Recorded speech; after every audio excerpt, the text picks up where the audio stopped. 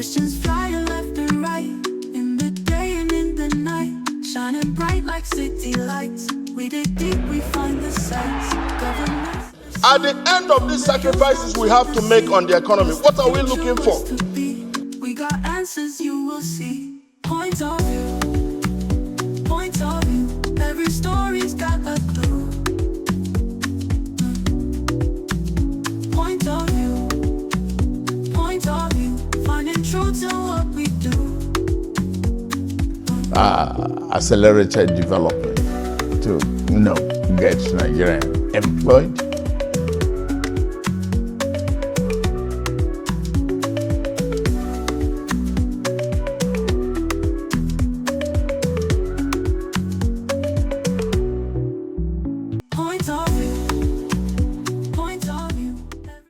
They may affect our everyday life, and we need to talk about them. Talking about them means bearing our minds, giving our views in diverse ways, and at the end of the day, we provide solutions to such issues. And today, that's why we've come up with this topic. It's about education, and that is recently, let me start from there. Recently, the Honorable Minister of Education, Professor Tahir Maman, announced a new policy, an incubation, as it were, that is coming up that will be implemented in the education sector that talks about age limit for people to enroll in our universities. That means you would have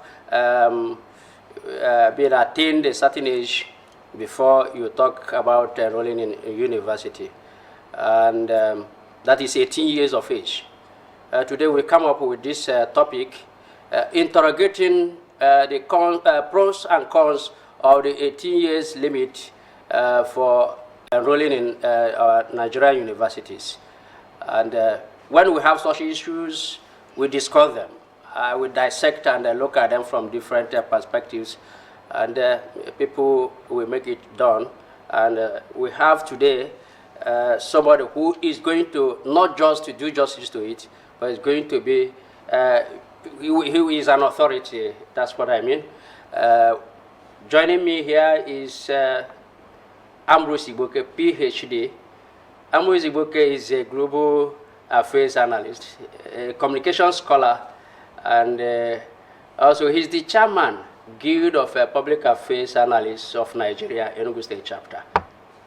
Thank you very much. Gentlemen, you are welcome. Thank you for having me on the show. Thank you. And just as I told you, we are going to dissect this matter and bear our minds on what should have been done better, or whether we are already on the right path. Your Uncle Sam Udekwe, to you, the audience, do you remember also that you can follow us on our social media handles on X, formerly known as Twitter, at Enugu ESBS. Instagram, Enugu ESBS. You also follow us on Facebook on ESBS Enugu. And then you can subscribe to our YouTube channel at ESBS Enugu 042. You can also check out on our website on esbsenugu.com. Thank you for your attention with us. And let's roll it off and talk about the matter with us today. It's about education, and the prime place education occupies in our society, not just in Nigerian society, world over. And this is about the 18 years age limit for enrollment in our Nigerian universities. Doc, how do you look at this? What do you think is the objective framework and direction of this policy? Well, firstly, the direction of the policy in most countries is to say, many countries, age of maturity is 18. That is when age of adulthood.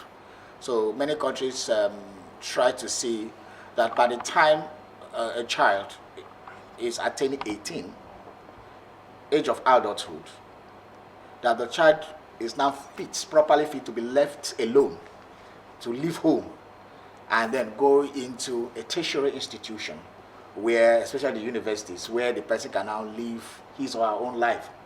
take his or her own decisions, and then be able to now, dissect from home and then take decisions as adults. And that is why, so that university also is not it's a place to teach, but it's not a place to do fundamental teaching. It's actually a place to share ideas, a place to develop knowledge, and to curate ideas from the students as well, to see whether we also exchange ideas to bring innovations. That is where university have to solve societal problems. So they are looking at, by the time you are 18, you should be able to attain that age of reason, be able to look into problems, be able to dissect them, and offer solutions. But over the years, when this policy started, there were some of them were as old as 50 years old, some of them as old as 70 years old. Our parents used to tell us that their own policy then was that the policy was followed for a very long time. And how was it followed? It was followed from the cradle. The idea was that 6 years before we started having birth certificates and age were being documented properly, our parents used to say that when you were a kid, when you wanted to go and start from 1 those days, they would ask you to pass the hand across your head. And if your hand didn't touch your ear, the other side of the ear, that means you are not old enough to go into primary school. But when documentation started, it was pegged at 6 years to start elementary 1, what we call primary 1, or some people call it basic 1. They have changed, people have different names, but let's use the word primary school. To start primary school, that you must be 6 years old. So the idea is that when you're 6 years old and start primary school, you reach 6 years of primary school. By the time you are leaving primary school, you are 12 years old. And then you start, on the 13th birthday, you started your JS1. And by the time you're 14th, going to 15th, you start your SS1. So by the time you are 17 plus, or 18th birthday, you're expecting your 18th birthday, you already finished your secondary school. Most of us went to school like that. I finished, basically, by the time I was 17, 6 months or 7 months old. And by the time the admission would be ready, I was already 18. So that was how it was, So the reason behind it is good. But now we also must admit that because of technology, because of advancement, and because of so many things, and because of the nature of work most parents do. Now, most parents want their children out of home when they are leaving. So we don't have that, I would say, luxury of sit-at-home moms. Those days, most moms used to be sit-at-home mothers. That will have a trade by the side, maybe by the side of the house. They will have a shop. They will have, so they're always at home, or they went to the market with their children, or they went to the farm, but they're around with the kids. So you can leave your kids at home, and then only the man goes to work, comes back. But the dynamics have changed in the last 30 years, where both parents now go to work. So by the time the federal government, the government gives just 3 months of maternity to a mother. So by the time the child is barely 3 months old or 4 months old, the parents are looking where to offload the child. So daycare came up, daycare centers came up, crèche came up, and by the time you put your child in crèche, and by the time the child is 1 year old, we started having nursery schools. But I remember it is in the place I lived called Delta State Company in Warri. They had their company school. I remember those days. If your child is not 3 years old, he will not come to the nursery, because the nursery is 3 years. So you have nursery 1, nursery 2, nursery 3.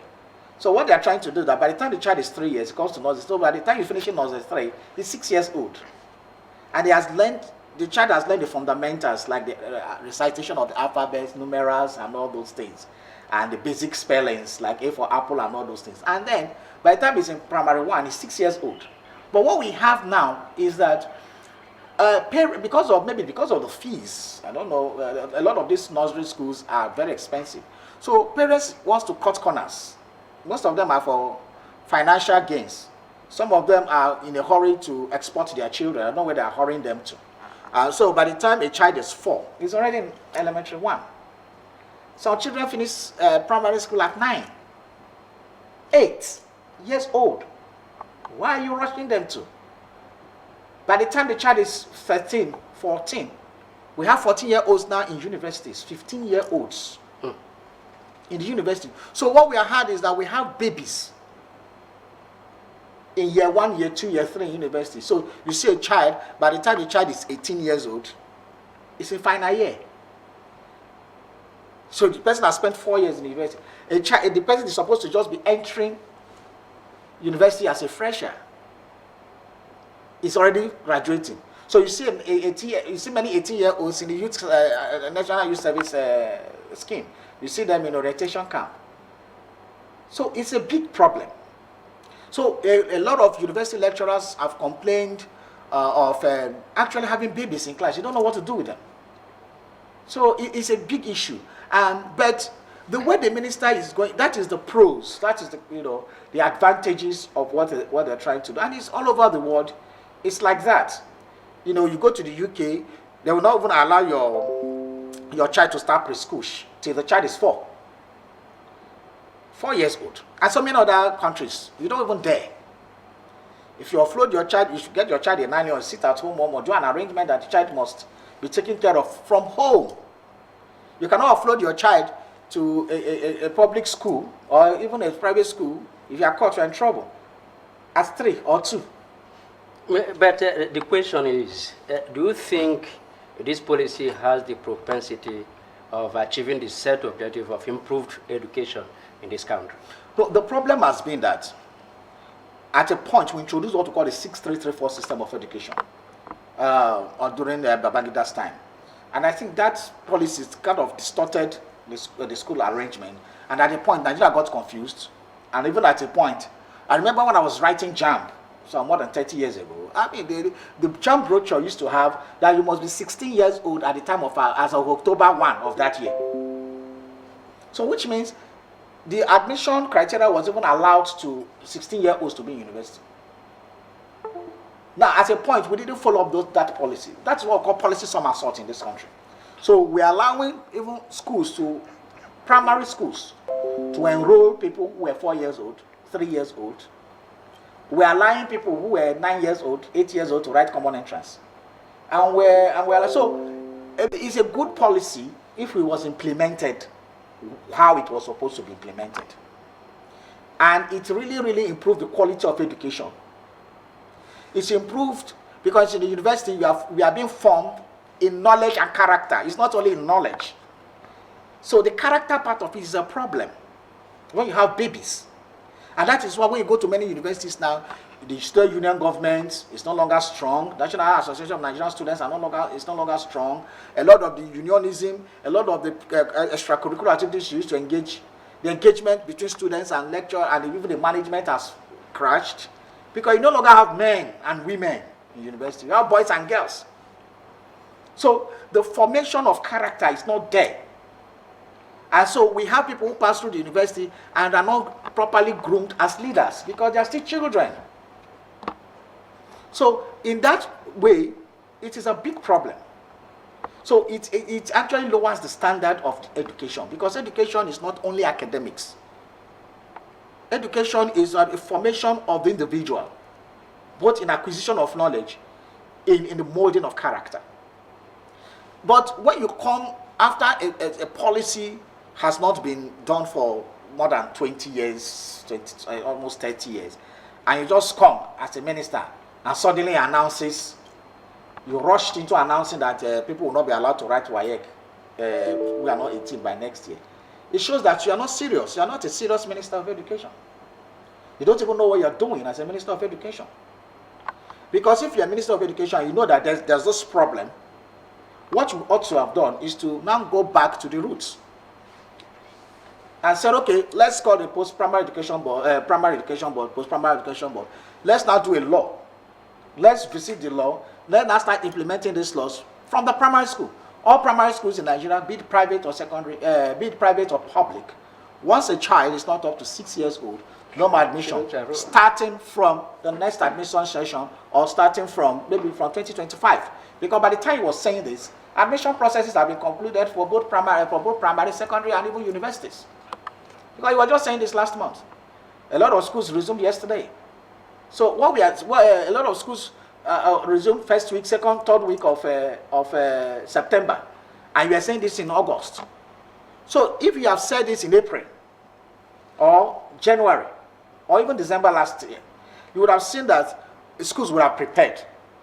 But you don't come in the middle of where this thing is. That shows the kind of quality of appointees we have in this government. You don't just come even apart from that, just as you pointed out, it should have started from the basic, from the roots. Yes, which is primary school. If you are not up to 6 years old, you can enroll in primary school. If you don't start it from there, and you say the person must be 18, if somebody who entered primary school at the age of 4 has done primary school, has done primary school 6 years, even if the person did not jump any class, has done secondary school 6 years, 12 plus 4 is still 16. No, what do we say? The minister does not even know what he's saying. I don't know why people, the quality of appointees in this government worries me. Because that means the man didn't just plan, he just talked anyhow. Because if you know what it takes, schools have groomed children, they want to pass out children, WAEC, you tell them they cannot write WAEC. Then later your minister for state came and started saying some things that, oh, he was misinterpreted. He spoke English language, we heard him. So he was not misinterpreted.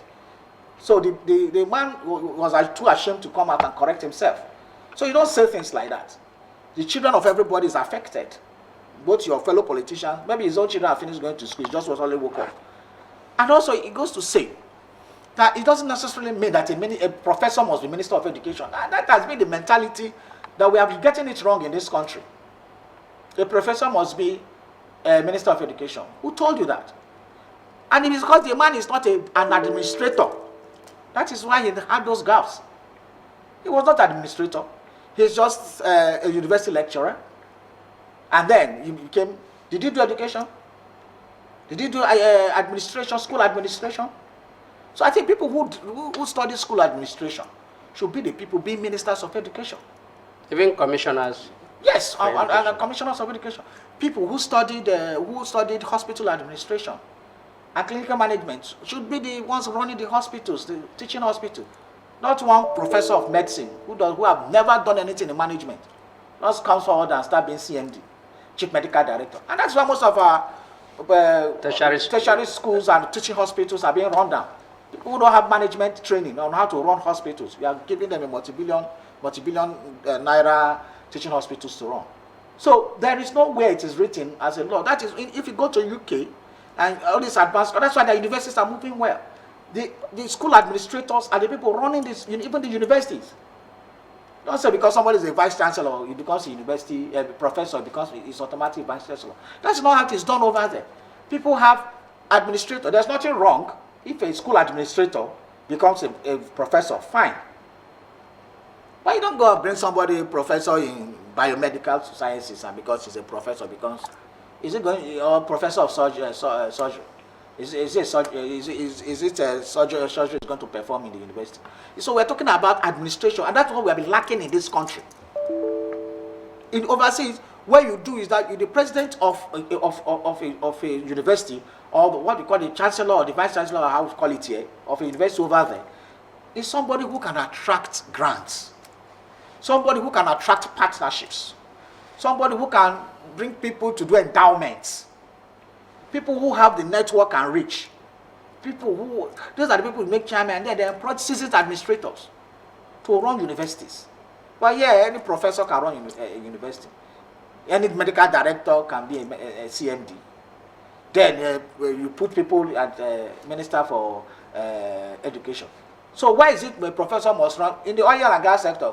Is it an oil person that runs Minister for oil, of petroleum? Was a lawyer not in the last regime of Buhari? Was a lawyer not Minister for Works and Housing? Yes. So we are not talking about. So it is time we start changing these ideas. Let school administrators be ministers and commissioners for education. You see how things will change in this country. So when it comes to what we are talking about, I think if we really want to follow the policy, I've done some checks, some research, and found out that basically what we are talking about here is what is most applicable everywhere. Some schools don't have age limits like France, but US has. Some of them will say they don't have age limit, but before you enter the university, you're already 18, most of them. Because they already structured it from elementary one, from primary one. So there's no way, in most cases, you must be 17 plus or 18 before you finish school, before you finish high school, before you now enter university. You cannot be less than 17 plus. They have structured it over there. But because our own here is not structured, you see babies, 14-year-olds writing jam. To come do what? To offload children to universities, and then lecturers start grappling. Some of them end up having depressions. Some of them end up into drug abuse and a lot. Because they are not adults. And you are forcing them into adulthood too early. 4 years earlier. So what we can do is, if we really want this to work, is to see, okay, let's do a policy that may take off by 2025-2026 academic calendar, which kicks off September 2025. Okay. So when that kicks off, we'll now start planning from now. So now we have 1 year. That's how serious people plan. Then we now make it a law that in every primary school, we can't start from secondary schools or university. We start from primary schools. That in every primary school, that a child must be 6 years old before giving admission. As the minister said, it's not new law. It's not a new law. It has been there. It's just that it's not been followed. But you don't wait for after 30 years or something that you want to implement it. You just want to come. You are not doing it systematically. It won't work. So you start, so that by the time we are talking about, when you start 6 years from next year, from 2025 to 2031, you would have made sure that everybody who finished from primary school is now 12 years old. From 2031, you now be sure that anybody who is coming to the secondary school is 12 years old, now 13. You see how it's going. So from 2031, give it 6 years. From 2038, you will now find out that everybody who is graduating from secondary school is 17 plus. So you can only achieve it in 2038, where you cannot achieve 18 years old entering the university. Because you need to be progressive about it. It took you almost 30 years to destroy it. I want to fix it in one session. It's not going to work. So if you really want it to work, to be structured, you have to give it like 15 years. You give it 6 years from next year. That will be 2031. You give it another 6 years for the secondary school to prove out and the new guys to come out. That is 2037. So that you now start from 2038, everything will balance out. So that anybody who is graduating from secondary school is already 17. You don't need to start telling WAEC, anybody who is not 18 cannot write WAEC. Exactly. That was what I was even... You cannot be telling universities, don't admit. Because everybody who is coming out is already that age bracket as at 2038 or 2037. Yeah, that was what I was trying to ask. Some people think that this policy is has some structural calculation of the 6334 system, and if it is so, why is it coming up again? And so when we come back, we'll look at this. We are on Point of View, Enugu State Broadcasting Service, and we've been talking about the reintroduced policy of 18 years limit for enrollment in Nigerian universities, as recently announced by the Honorable Minister of Education, Professor Tahir Maman. We shall be back shortly. Questions flying left and right, in the day and in the night, shining bright like city lights. We dig deep, we find the sights. Government. At the end of these sacrifices we have to make on the economy, what are we looking for? We got answers, you will see. Point of view. Point of view. Every story's got a clue. Point of view. Point of view. Finding truth in what we do. Accelerated development to get Nigerian employed.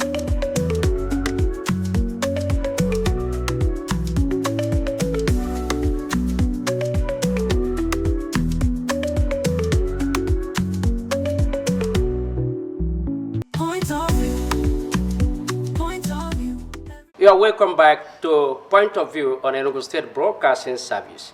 And we've been talking about a new policy that is about being reintroduced. It's still in incubation, as it were. And that is about 18 years limit for enrollment in Nigerian universities, as recently announced. And with Dr. Ambrose Igboke, we've been discussing that. He's been giving his views and even trying to look at ways to get solution to this, as it has generated comments and people have been looking at it from different ways. That's why we have this topic, pros and cons of this 18 years age limit for enrollment in Nigerian universities. And just as I started before we went on break, so if the structural calculations of the 6334 system is the same as this, why is it coming up again? Do you believe it is the same structure? No, I was fortunate to have an interview some years ago with the late Professor Babs Fafunwa, former Minister of Education. In fact, under whose watch, he was the one that introduced the 6334 system of education. I think he was celebrating his 80th birthday then, or so, in Lagos, and I was still reporting for NTA AM Express then. So I asked him, everybody was asking, different journalists were asking questions. Then I asked him one question, and I said, sir, you introduced the 6334 system of education in Nigeria. When you look back, do you think it is fulfilled? That your dream? The old man did not answer me for almost a minute. He kept quiet for 1 full minute. And I was thinking, have I asked the wrong question here? He said that he never believed that anybody among us who were looking that young still remembers he was the Minister of Education then. That nobody has asked him this question for so many years. I told him I remember. I was a kid, but I remember very well. I do history. He said that he regrets introducing it. That he had it, the idea was to model it among what is international, recognizable in UK, US, so that a child, high school is high school. When you're finishing the secondary graduate school, you move to high school, and then high school prepares you for the university. So the idea was to run the primary school with junior secondary school together, just like what the governor of Enugu State is doing now. It is a smart school system he's introducing, where you run. The idea is to run primary school to JS3. Now, when you are graduating as a junior, you now go to high school.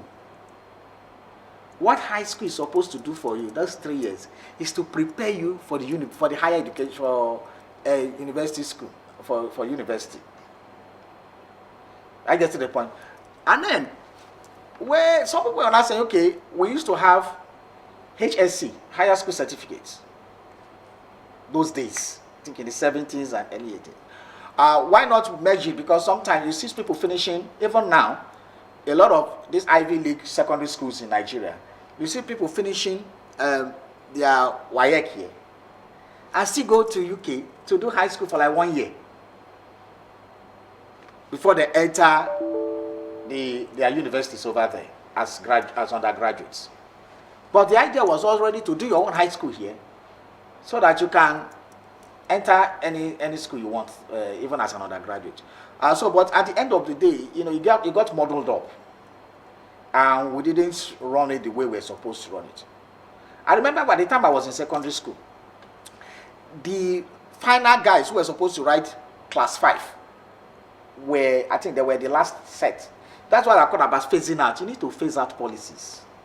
You don't just start and I think that was in 1986. That was 87, 88, 89. 86, the people that ran secondary school for 5 years. Yeah, 86, 87, 88, 89, 1991. Yes. By 1990, 91, the last sets were moving out because they started admitting for JS1 I think from that 1986, 87.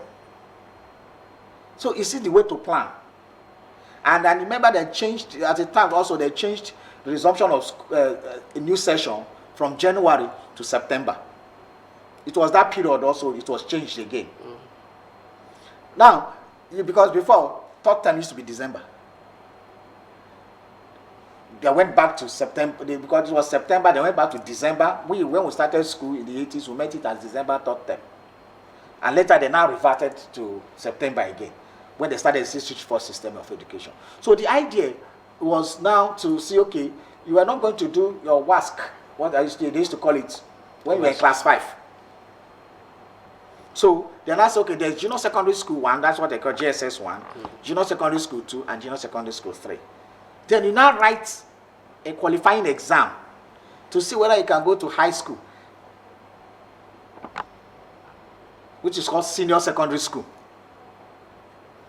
That is why you write GS3 exam. Do you know why they call it nowadays? So that's why you had to write it. So it was a qualifying exam. It's not supposed to be automatic. Though now it's basically automatic, because I don't hear people failing junior WAEC. Everybody passes through. So, but the idea was watered down, just like Nigerian things, just like we have refineries that are not working and all those things. So these things got watered down over the years, and we didn't keep it. So that 6334 structure was supposed to be that, structure is also a way that you do 6 years in primary school. You're not supposed to jump. You do 3 years in junior secondary school. That is the first 3. You do another 3 years in senior secondary school. That is the second 3. And you do 4 years in the university. 6-3-3-4 system.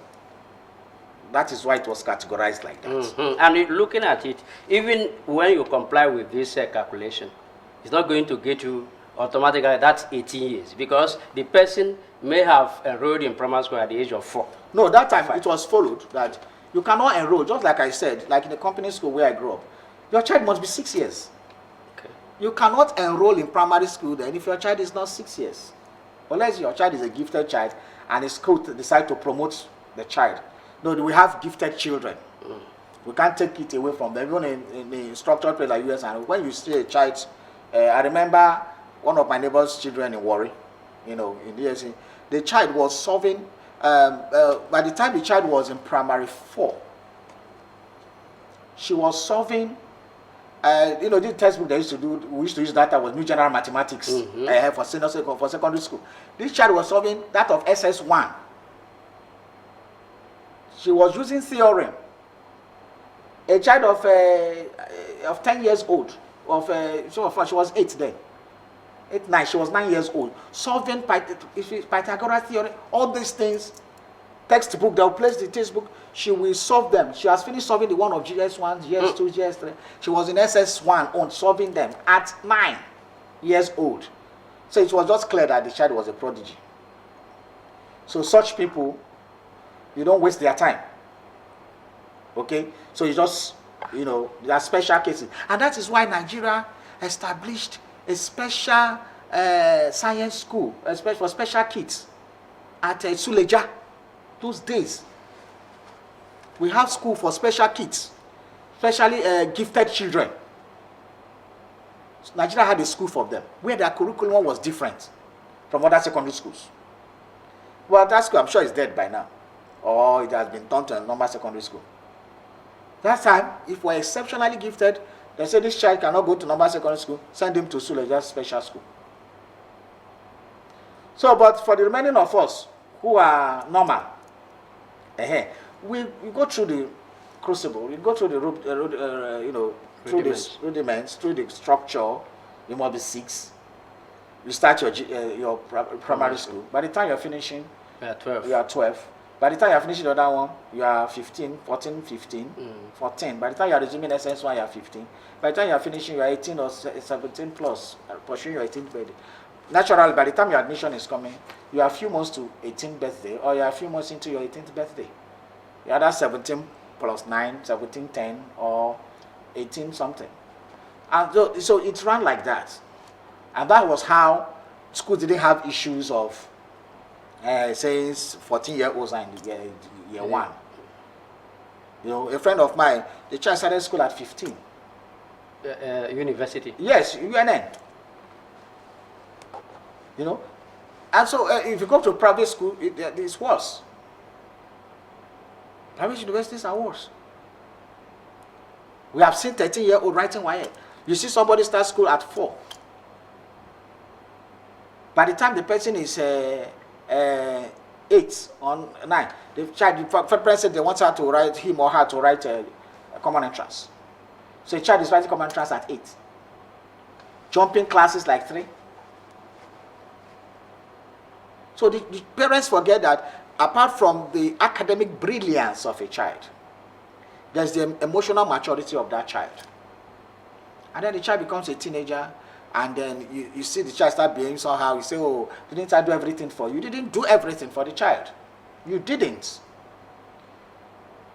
You rushed the child to satisfy your ego, or whatever, or save you some money, without considering the emotional growth of the child, the psychology of the child. So you put some of these children are pushed to boarding schools as early as 8, 9 years old. Right. What does a child of 9 know? You push the child away. Go and live on her In own. Lagos, I don't know whether it's common in Enugu here. In Lagos, there are boarding primary schools. Boarding primary schools, where primary school children live in boarding houses. And the government allows such things to exist.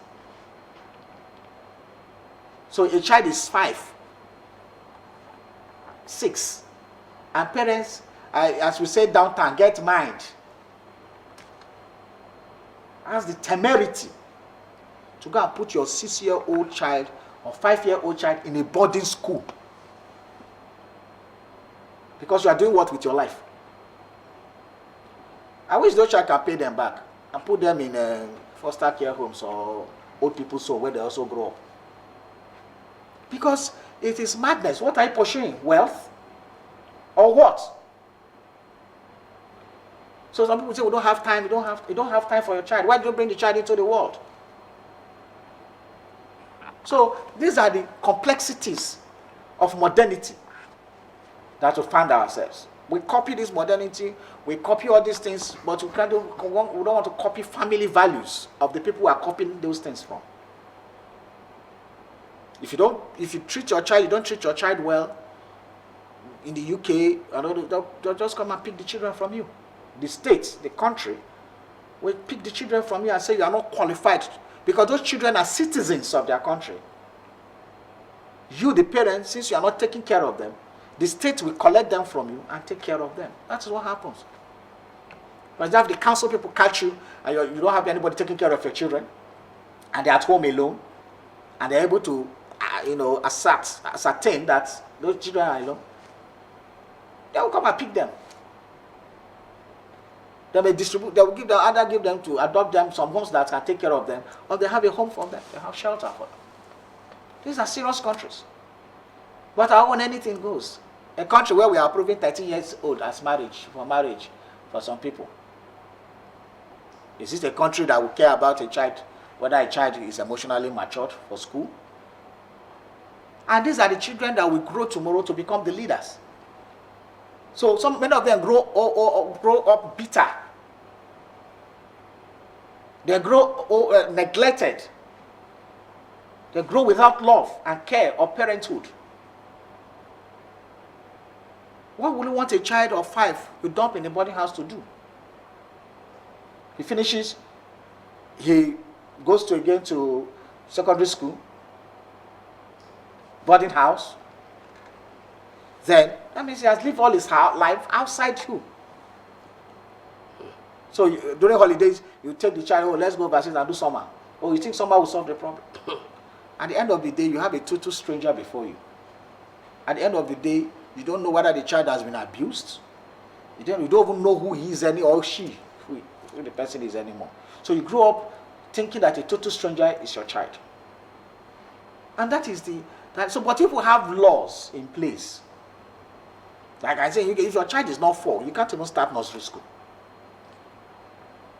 And when they start school, even at that 4 in the nursery. They're not teaching them alphabets or all those things. Our school system is outdated. And the first time I heard the minister talk about 18 years, this man, oh no, yeah, this is an issue, but this is not the most important issue we are having, the pedestrian and our educational system. We have more important issues. This issue, this school that you haven't sent the children will enter at 18, how are the schools? The schools are dead.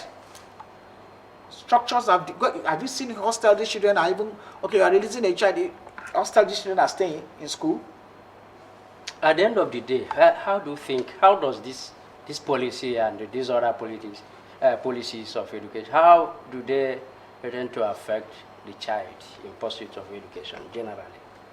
If we properly implement this age policy, as I've earlier prescribed, which is we can start from next year to start from the primary school. If you are not 6 years old, you are not enrolled. So that by 6 years, 12 years of that time, we'll be having, at the 13th year, we'll be having people who are graduating from secondary school and are 17, 18. If we're able to achieve that, we'll be having to achieve a big policy where the quality of character formation and the quality of deepened knowledge will be accentuated in our university system, so that we can produce children who are problem solvers and not children who just behave like robots, as if they are remote controlled somewhere. When we were young, we were creating our toys. We had the emotional maturity as children to create our toys. We'll watch Rambo. We'll watch all these, Terminator, played by Arnold Schwarzenegger. We'll go and create our guns from cartons. We'll make toy cars, put tires.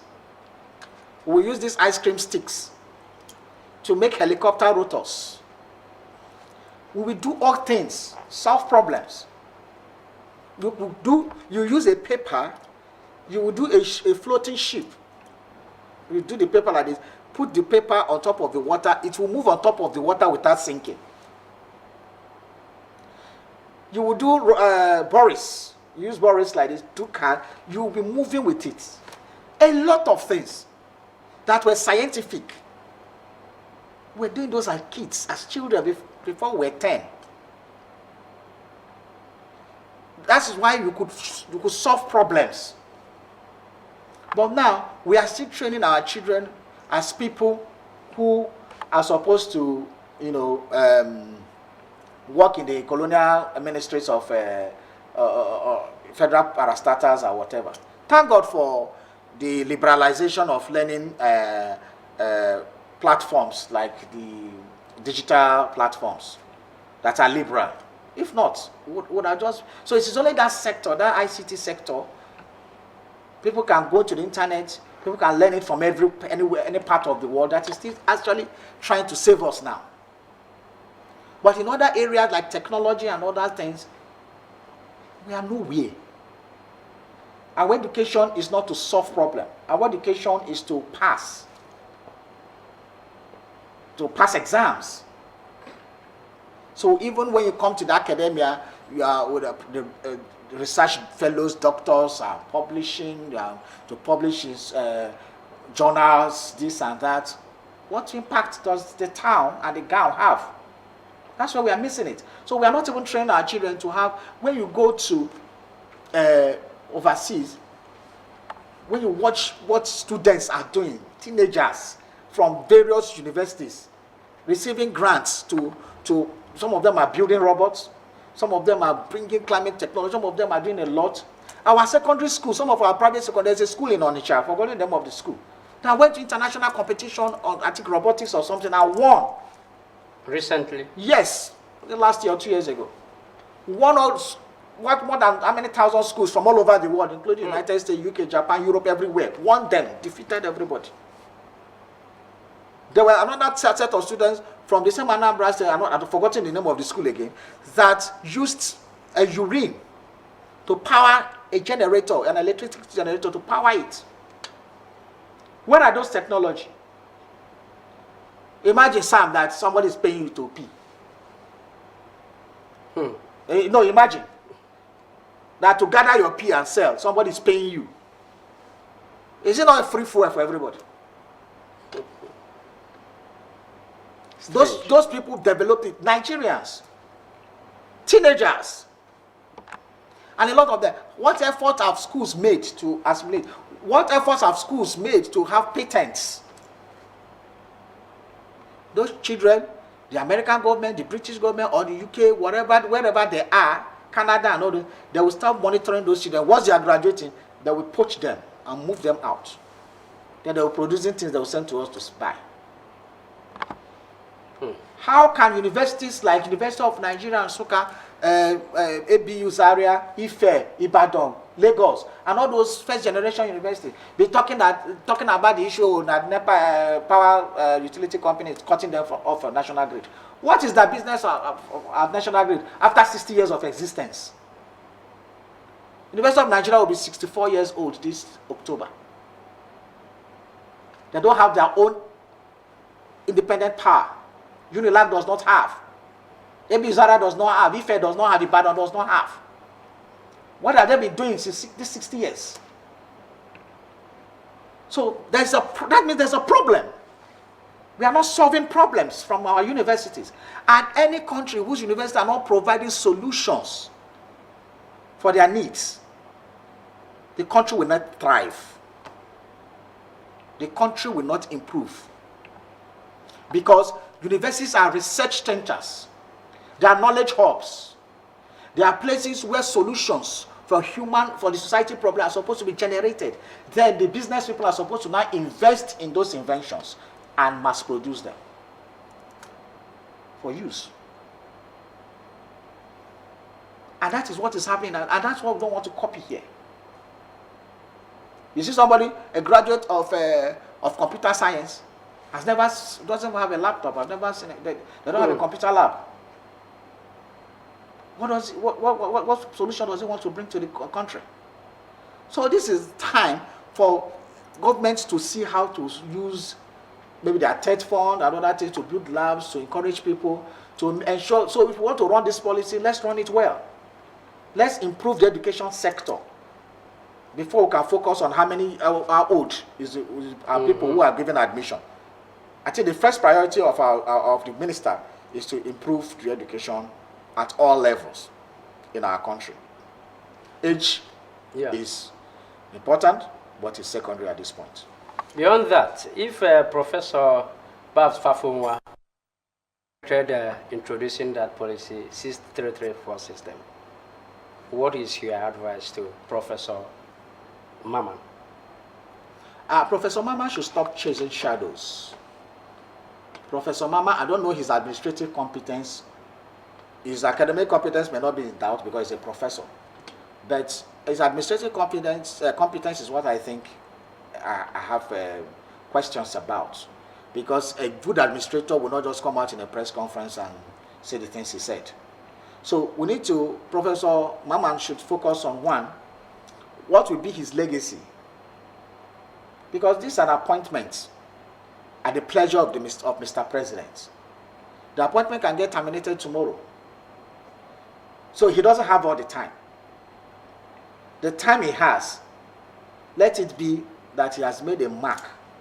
For example, universities are grappling with power problems, electricity problems.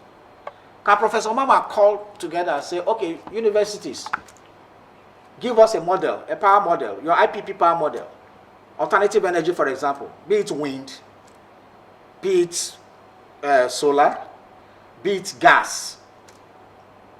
Give us a alternative power energy. How much will it take to fund it? Let's talk to the Minister of Power. Let's talk to the Minister of Gas. Let's talk to the President. Come up with your own technology. Let's fund them. And you can run. You can use these 5 universities as a model. And give them timelines. Bring engineers. Bring power engineers. Bring system engineers. Bring people in the petrol who can make this thing work. Early Nigerians can make it work. Set it up. Give them some sunk TORs. You see, let the solution come from the university. You will see these things will work. That means a school like University of Lagos, they say that telling them to pay 380 million per month. Even if the school has to go borrow it, let's say collapse that 380 million that that you are going to pay for if it is Lagos, I think it's a co-distribution or Ikeja Electric. You can collapse 10 months of it. It's 3.8 billion going to 4 billion. This is to develop your own power. What are your engineers doing? You graduate, you have professors, PhD holders, tons of graduates in electrical engineering, combustion engineering. You have aerodynamics people. You have different people, hydro. You have all of them. So that's what we are saying. Bring them, sponsor them, let them give them grants, let them develop a technology. They will do it.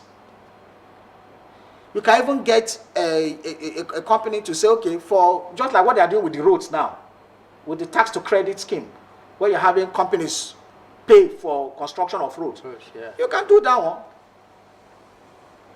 You can say even the generation companies can come. You can say, okay, you can fund it, or you can get banks to fund it. What prevents a university from entering an agreement with the bank when you fund it? All this TSA nonsense you talk about, remove it. Tell universities now, when we fund you now, start being on your own. Let's take care of police salaries or something like that. You can enter agreement with bank and companies, and then you can start doing business. So our education system is the way it is framed now cannot move us forward. So age is not. So Professor Mama should concentrate on making the university a better place for research, as a knowledge hub, for innovations, and for solving problems in the society. Then if he's serious about 80-year-old age limit as for enrollment into university, it should start a process where the primary school enrollment age should not be compulsorily 6 years old from 2025, 2026 admission into primary one. He runs that. Once those ones graduate in 2031, he will start the policy of 12-year-old for secondary school will start. Once those ones graduate in 2037, then we will have balanced the system out and we'll have 18-year-olds going to the Nigerian universities. Yes, and that is food for thought for Professor Tahir Maman and the entire Nigerian people. And what we are talking about is how to make it better, especially in the education sector, that is hub of development. And we've been discussing pros and cons of the 18 years limit for enrollment in Nigerian universities as recently announced for implementation. We are still looking forward to what is going to happen from that area. And I've been with Ambrose Iboke, PhD, a global affairs analyst, a communications scholar, and of course, he is the chairman of the Guild of Public Affairs Analysts of Nigeria, Enugu State Chapter.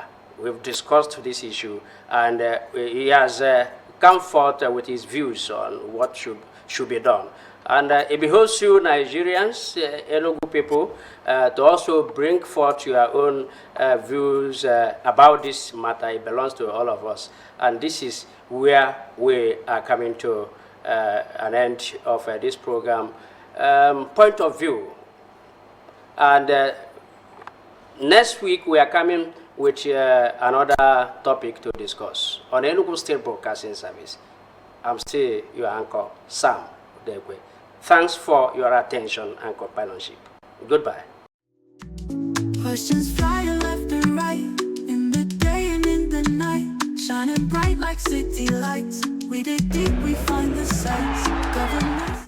At the end of these sacrifices we have to make on the economy, what are we looking for? We got answers you will see. Point of view, point of view. Every story's got a clue. Point of view, finding truth in what we do. Accelerated development to get Nigerian employed,